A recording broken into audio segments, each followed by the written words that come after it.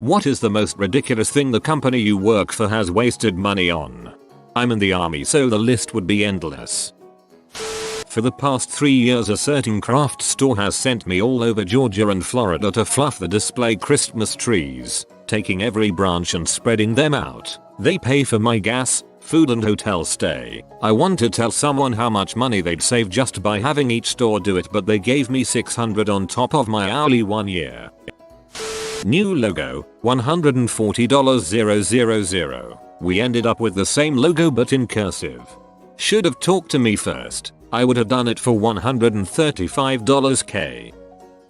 We did a good job, so to celebrate making the target, we were given sweets every day for a week. About 300 people at the office. The following week, there were layoffs. It felt very insensitive. My company put in a bunch of swamp coolers. I work at a call center. There's over 1,000 computers. IT lost their minds. Got a new CEO and compensated him $4 million in salary and stock each year, for 3 years. He made an already bad problem even worse, and spent much of his time standardizing email signatures across the organization. Then he was dismissed. There's apparently a whole class of professional executives that know nothing about the industries they are hired to lead, fail miserably, then bounce off to the next high-paying engagement. As other posters have indicated, I will wreck your company for half the money my competition charges. Shop here first. This is quite a common thing in some of the markets I've worked in. The person hops from company to company, mostly doing 6-month stints. Starts on day 1. First 2 months getting to know the ropes of how this company works. Next 2 months settling in. Last 2 months debating with HR as to his exit strategy. We hired some consultants to figure out how to get rid of all the consultants. Well, frick, you win. A device which scrambles an egg inside its shell. I'm self-employed. They spent about $80K on a fireworks display for our company Christmas party. Only employees, no families allowed. That would have worked out to an extra $100 person on our bonus. But no, Christmas was that much merrier because of fireworks. The CEO of my former company had invited selected high net worth clients and employees for dinner at his house. After dinner, we adjourned outside for some fireworks show. One unimpressed customer remarked to me, "So that's where our money went to. It cost $80,000 too." Not my current company but the one before it. Company laid off 50% of its workforce and then the new CEO spent $600,000 on bonuses for his freshly hired executive team and another several $100,000 on designer furniture and carpet for an office he used for 3 months before announcing that they needed something fancier and moved to another building. The company I work for is very top heavy. So many people making 6-figure salaries that just go to meetings to schedule meetings every day. A project that should take 2 months to complete will take 8 months to get started. Meanwhile, they're all getting paid to procrastinate. This to me is the real wasted money. Bro, this is the one I was looking for. I thought it was me, but there are so many meetings. I can't believe that they are all with meaning. I swear sometimes they all just sit and chat. There are a few people here. They make the 6-figure salaries, and no one can tell me what they actually do. The IT company I work for hired a social media marketing consultant to run our Facebook and Twitter accounts. I have no idea what they get paid, but with 3-4 contentless posts a month, whatever they are making is more than enough. $3,400 a month to lease a labeler. It takes 2 minutes to print out day dots and stuff for produce and prepped food. When I found out how much it cost after we've been begging for new hires after constantly working ridiculously long hours, we all decided to boycott the labeler and even fought with our corporate supervisors about it during work hours. They eventually rid us of the labeler and hired a dishwasher and another cook. I won't say the company's name or anything, but never work at Applebee's. The biggest waste I've ever seen is definitely investing tons of money in people without interviewing them properly to make sure they're the right fit for the company. The company I work for has a fantastic graduate program. They hire you straight out of college and start you on a really good wage, then put you through 6-12 months of classroom training, professional mentoring, supervised projects etc. to get your skill set up to a really high level. They must spend €50 plus K per candidate at least, when you consider all the external trainers, facilities, mentors, workshops etc all on top of the candidate's salary. They do all this fantastic work to get the best talent, but they invest almost no money in the interview process. I met my future manager totally by coincidence, told him about my thesis, and I must have sounded like I knew what I was doing because he just gave me this gig. I'm still with the company 2 years later, and like to think I'm contributing, so he lucked out with me, but he might as well have paid a stranger a big bag of cash in the street in the hopes that he'd show up in the office on Monday and do some productive work. Of my class of 25, that's at least $250K invested. Remember, completed the training program and then quit to go to another job, not because the salary benefits etc weren't the best, but because their personalities didn't fit the ethos of the company. I mean, if your company owns a genetically modified food company and invests heavily in grams, you probably shouldn't hire a person who is openly, vehemently opposed to GM food, whose past experience is made up entirely of different organic farming pursuits and who's an in-your-face holistic vegan. My previous boss was too embarrassed to admit she didn't know how to do it by asking one of her employees. So instead she hired in a team of IT tech consultants, 4 of them, to drive out to our office and move a shortcut icon slightly to the right on her desktop. It cost the company $600. I was in Norfolk Naval Yard on temporary assignment and was told I needed steel-toed boots. I called my boss and asked if I pay for it or get reimbursed. He said for me to drive the 2 hours or so back to Fort Lee so he can use a tax-free account at a local business. My boots were $40, saving about $3 in taxes. I was paid $110 for the mileage for the round trip. Hiring me. Yeah, I just sit at my desk, but it looks like I'm working. I do that for probably another hour after lunch, too. I'd say in a given week I probably do about 15 minutes of real, actual work.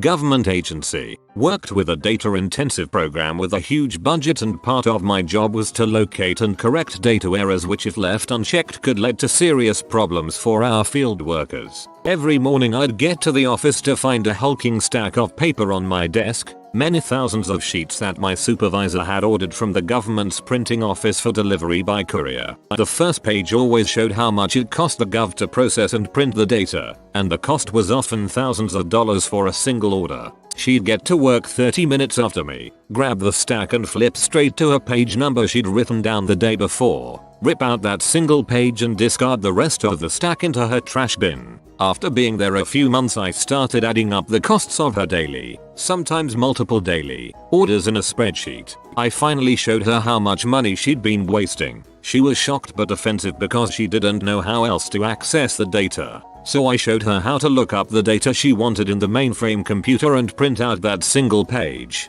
costing us almost nothing. I also convinced the admin officer to order recycle bins for everyone in our office, because come the frick on, it was 2010 and they weren't even recycling paper.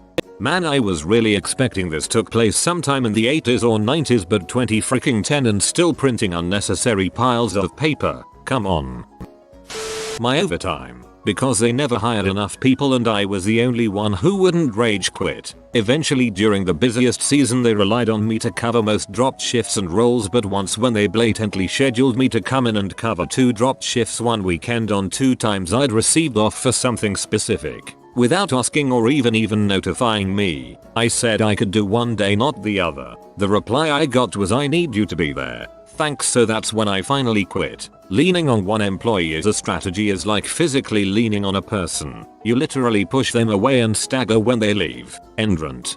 My dad worked for Canada Bread, and they never had enough guys. They'd ask him to work back-to-back shifts and he'd tell them how much it would cost. I just did that a few days ago. I'm tired. I won't do it for less than double and a half. Fine. Whatever. There's no one else. He made a lot of money during his years there.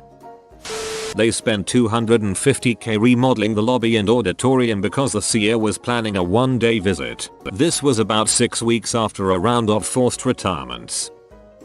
I worked for a German company whose parent company spent $1 million on a new slogan, so we have to use it on our business cards and email signatures. Problem was we were in the US and the slogan in English was "New energy emerges from brain." Took me months to convince them to stop. The better translation would be "New energy emerges from the mind." Bam. That'll be $1,000. KTHX. We spent about $400 on cookies from New Zealand. They were meant for clients but we ended up eating most of them ourselves. Actually they were worth every penny but management didn't agree. Dang suits.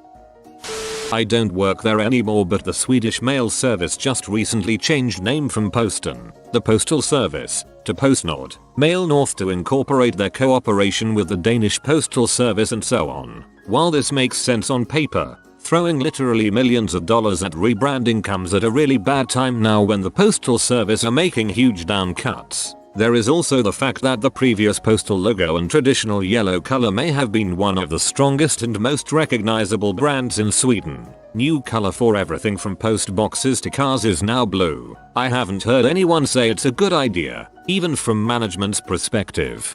Finland did it worse. Posti did a full rebranding to Itella a few years later and now they rebranded back to Posti. A $350 office chair for Ron. Then that mother sucker does a job interview over Skype with a competing firm and tries to take company information with him on USBs when he leaves. Meanwhile, I pay for my own coffee out of pocket when I travel. $350. Frick you, Ron. The boss is a non-dom living in Luxembourg. He bought a castle there and sent an email around the company saying it could be used for staff training. This is a software company and training could be done literally anywhere, but this way he gets to put the castle through the company's accounts instead of his own.